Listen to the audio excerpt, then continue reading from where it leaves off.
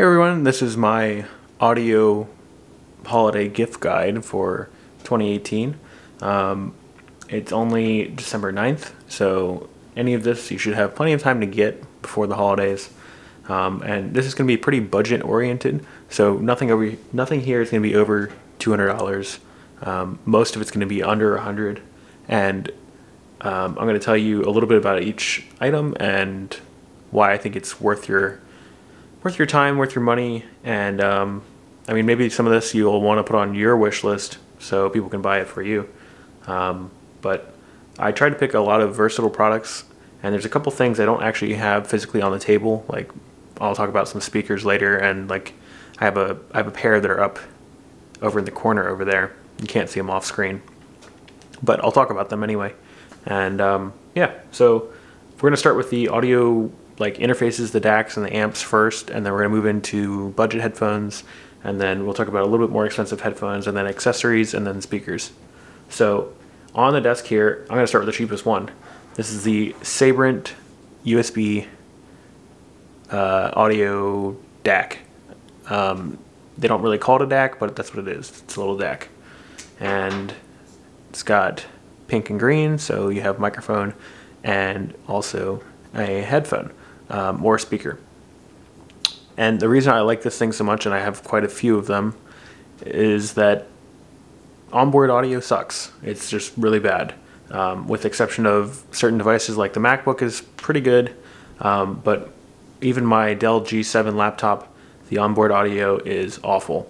And the reason that the onboard audio is awful, especially on the G7, is that they have some sort of digital processing built in, and it's built into the drivers, and it makes it sound, I mean, I can't describe it. It's just really bad. So unfortunately, if you're going to use the speakers on the laptop, you're stuck with the onboard. But if you're going to use headphones or something like that, pick up one of these. They're about $7 and totally worth it.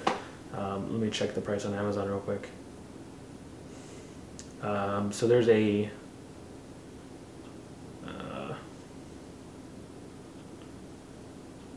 metal one, and then there's also a plastic one. And what you want to do is you want to get the metal one. But anyway, the metal one comes with a USB extension, so if you want to extend it a little bit, that's nice to have. But the metal one's actually has a different chip inside, and it sounds a little bit better than the plastic one. And I believe they're around the same price. So I'll have all of these linked in the description, by the way. And yeah, so these are awesome. It's also Mac compatible. I believe it's also Linux compatible. So if you don't have sound, output, say you're using a server or something like that, and you need just a speaker out, grab one of these. They're very versatile, and you can just unplug it, take it around with you. I always have one of these in my bag to go with me wherever. So those things are really cool. With those, you would probably want to pick up a TRRS to TRS adapter. So this will take a 4-pole, like a built-in mic headphone, and then split it out to pink and green. My camera will focus. So it'll split it out to pink and green, and then you can plug this guy into here, and you know, use whatever headphone you want or headset you want. So like, even if you want to use like your Apple earpods, you can plug those into here. You can still use the mic with your computer and everything like that. Or for example, the Koss, which I'll talk about later, those have built-in mics. V-Moto Boom Pro. This one actually came with the V-Moto Boom Pro, so that's how you use the V-Moto Boom Pro with this guy. And I'll have one of these adapters linked in the description. Super handy to have. So that's the Sabrent audio and the adapter, and I'll be talking about this adapter a couple more times. Here's the Siba USB audio interface.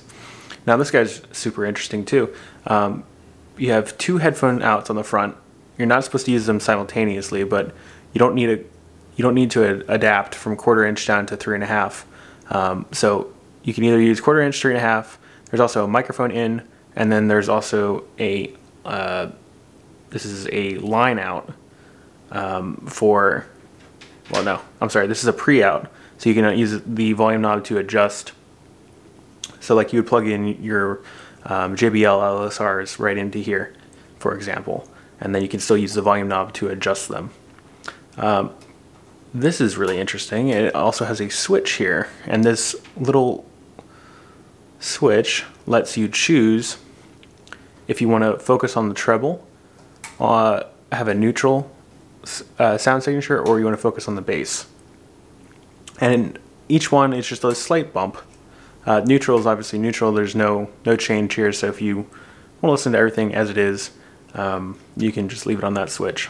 And if you want to focus on the highs a little bit, say you're doing some competitive gaming or something and you want to hear footsteps a little better, flip that switch up. If you're doing some Battlefield 5 and you want to hear all the explosions and stuff, flip it down. But it'll just do it instantly. There's no software required. So that's pretty cool.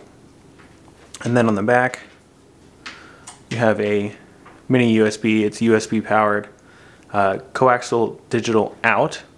So if you want to go digital out to something else, you can. Optical out, not optical in. And then you have line out left and right. So you can use this as a DAC for an amp. So like for example, this red amp here, it does not have a DAC built in, so you have to feed it a source somehow. And that's how you would do it. You would just go RCA from here to the back of the amp and you're good to go. And this guy's I think only about $42. Let's see if I can find it here. Okay, it's $40 right, or $40.98 on Amazon. It's got 4.5 star reviews, and it works great. This is what I use for gaming, and it just sits on my desk. I don't use it a whole lot if I'm doing critical listening or anything like that. But if I need a mic and you know, I don't want to use the onboard audio pretty much ever, so I will use this. And this is basically a larger, more functional version of this. And it's nice to have the volume knob right on top. I can just reach up and turn it. And it also has lights on the top, and it tells you, you know, what the output settings are and stuff like that. So it's a pretty cool little unit. And yeah, I recommend this. This is cool. So a little bit different than that is the, let's see if I can find it, the New Force Micro DAC 3, or the UDAC 3.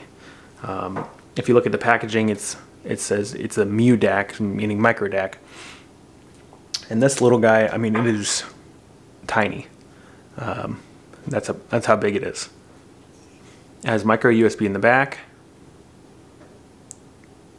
and coaxial digital out, as well as line out for RCA if you want to use this. It's just a DAC, but it's also got a pretty powerful headphone amplifier inside. And it just has a 3.5 on the front. I really like this guy because it's so portable. If you want to drive decent headphones, so anything like the 6XX, the 58X, the Fidelio X2, you can drive all of those with this little guy, and it sounds really good. And I've cranked this all the way up, and I haven't been able to hear any distortion, even on high impedance headphones. So I'm a pretty big fan of this, and one of the reasons I'm recommending this is because you can pick it up on Massdrop often for about $75, even though it's about $91 on Amazon.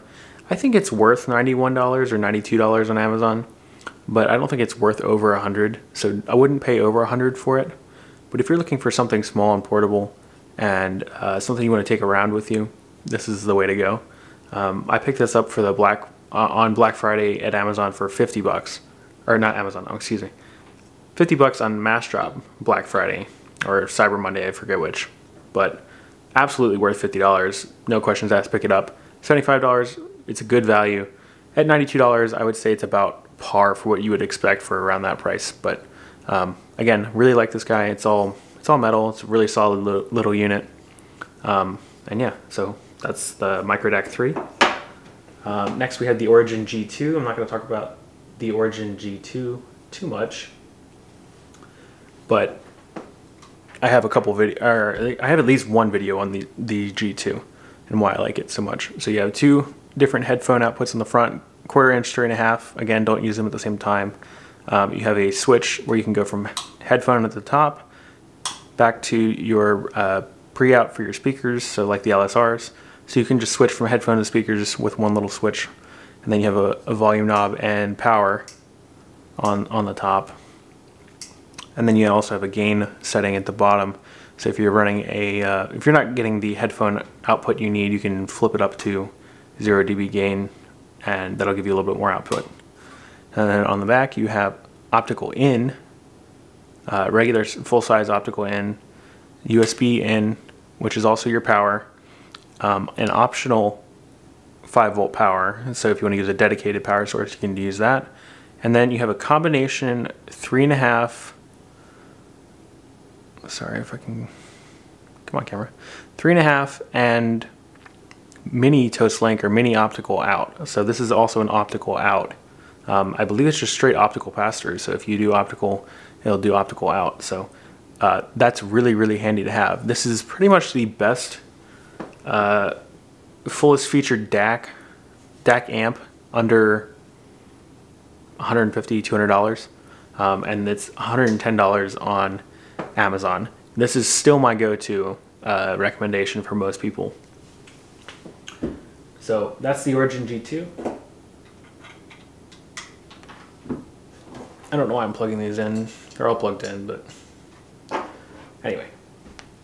Next we have the FX Audio DAC X6, and this is a little bit more of a hefty unit than the G2.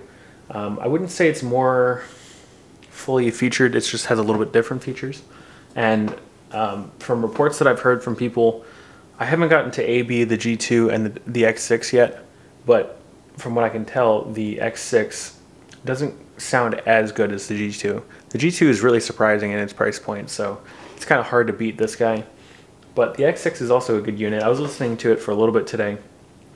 There was no like flaws or anything I could pick out, but yeah. So I enjoyed the X6 quite a bit. It's a very solid unit. It's all metal, and you have a switch on the front for your power, and then you have your input selection: optical, USB, and coax. And it comes with only a 1/4 inch, so you'll need to adapt that if you know, you only have a 3.5. So pick up one of these adapters. And one of the things I do like about it, although it has a horizontal knob, which I don't really like, because if it's on the table, you kind of have to go like this to turn it instead of just going like this. It has a stepped volume knob, so it's not infinitely adjustable, but there's some nice stepping in there, and it feels super quality, so I like that. On the back, we have USB 2.0 Type A, which is not my preferred cable. I'd prefer a micro or a mini USB, but Type A is okay.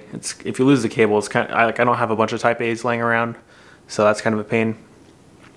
You have optical in, coax in. Those are your 3 inputs, and you can use the switch on the front. Then you also can use this as just a DAC, so you have your RCAs out, and then unfortunately it has a power brick. But to me that means that it has a little bit more output potential than the G2. This is a 12-volt power brick, so it's yeah, it's got a little bit more power capacity. But I plan on using this guy as just a DAC, whereas the Origin, it's kind of harder to go into DAC mode for something like the P20. So what I'll do is I'll run RCAs from the back of this to the P20, and then yeah, I'll talk about the P20 now. The P20 is a hybrid tube amplifier. It's not a tube buffer, as some people might think. It is a actual hybrid tube amplifier. It is balanced or unbalanced.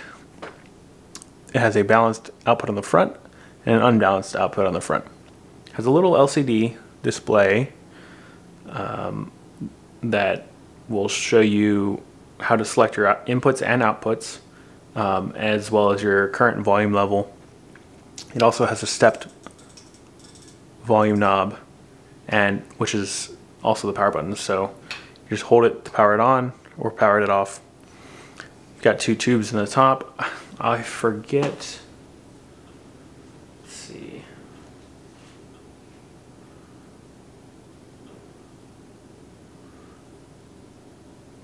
They use the 6N3 family of tubes. It's not a super common family of tubes. Right now it's $100 plus 10% off with a coupon on Amazon. So that's pretty nice. It's super good value. It also has balanced input and unbalanced input. But that's it. There's no DAC, there's nothing. It's just an amp. The nice thing is that you can select a balanced input and output to unbalanced, or vice versa. So if you want to do an unbalanced input and do a balanced output because that's just what you have, you know, it's not the most ideal setup, and you lose the benefits of it being balanced, but you can do it. So it's kind of nice that you can pick and choose what you want.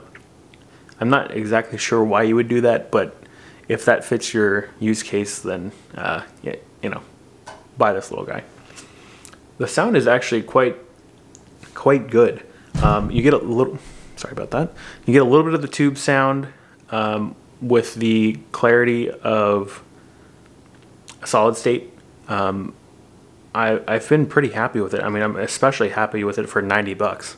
So this guy is, I was planning on selling this unit after I got it, but I might hold on to it for a bit longer and do a little bit more reviewing and testing on it. But anyway, I'm super happy with this. Like I said, it's $100 with 10% off. It's also available in black if you don't prefer the red, but man, the red looks really nice. There's no flaws in the anodizing or anything like that. I mean, it looks super nice. Really like it. So that's the P20. If I had to pick, say you want the P20 and you want a DAC for it. I don't think I told you how much the FX audio was. This one, the FX audio is also available in silver, and they're both $65. So if I had to pick a kind of $150 setup, I would pick the FX audio and the Loxg P20. That's a really good pairing, and you're about $150 for the pair of them. And also, the cool thing about the FX audio, you can use it as an amp. It's got a good amp in it. It's not the best amp, but if you want to have a different sort of sound signature, you can use the FX audio as an amp in the meantime. Say you can't afford the P20 right now, just pick up this guy, and then once you use the P20, then you're over to using it as a DAC only. So pretty happy with this little setup here. That should be pretty much it as far as audio interfaces and that stuff goes. If you have any questions about that, shoot me a comment or talk to me on Reddit or on Discord. I'm going to try to blaze through the headphones because I know I spent a little bit of time on this. But really, something from Koss should be on your list. And it's kind of a running joke in the Discord. It's like, have you heard the good word of Koss? You know, the Church of Koss, or the Koss religion. But it's true. You really should have something from Koss on your wish list if you don't have something from them. And there's a lot of naysayers out there and say like, oh, they look cheap. They do, but they sound way better than how they look. And there's enough models out there of different Koss headphones, and that you can find one that you like well enough to use. But I think you'll be really surprised at how they sound. I have 4 different picks here for you today. I'm going to talk about one that I've never talked about before. These are the Koss. Let's see what they are. Koss SB42, quote, communications headphone. They're cheap and they're plastic, and the headband isn't the most comfortable thing in the world, but they come with a boom microphone. And they also have a USB version, but the interesting thing is that these are normally $50 or $60. Amazon has them listed for $41 right now, and they're pretty good. They are a very dark headphone, which means that I mean, they still have treble, but they're very mid and low end focused as far as frequency goes. So if you like that sort of sound signature, these are the headphones for you. They come with different pads than what I have on them right now, stock. If you have a small head, the pads will be fine. However, if you have a larger head, like me, you will have to run these in the all the way extended position, and then you'll probably have to put other pads on them. These are Brainwave's HM5 oval micro suede pads. And what the micro suede do is that they brighten them up quite a bit. So I would say that they're almost neutral now. And to me, they sound pretty good. And with the pads and everything, you're all in for about $63 with the micro suede. It could be even less if you put on the pleather pads, but that keeps them and actually encourages that dark sound signature. I do like the pleather on these though. They don't sound like any other headphone I have. They don't sound bad by any means, but they just sound different. So if you're not used to that, or if that's what you're looking for, just keep that in mind. So like I said, the micro suede will brighten them up quite a bit. The pleather will tone them down and encourage that dark sound signature. They have dual 3.5 on the bottom. And what's kind of neat about this is that you can put the mic or the headphone wire on either one. So you have a standard 3.5 right here. You just plug it in on either side, and your left and right will work on either side just as they should, although they are directional. So this is your left side, this is your right side. But you know, if you have it plugged in either way, it doesn't matter. You'll still get the right in the appropriate channel. But what you can do is plug in another set of headphones into here and share your signal with someone else. So these are great, especially for kids. You would, and the cool thing, if you bought this for your kid, you can have a microphone, or he or she can have a microphone. You wouldn't have to change the pads. You wouldn't have to spend the money to change the pads. They're very cheap to replace, so if they get broken, it's not a big deal.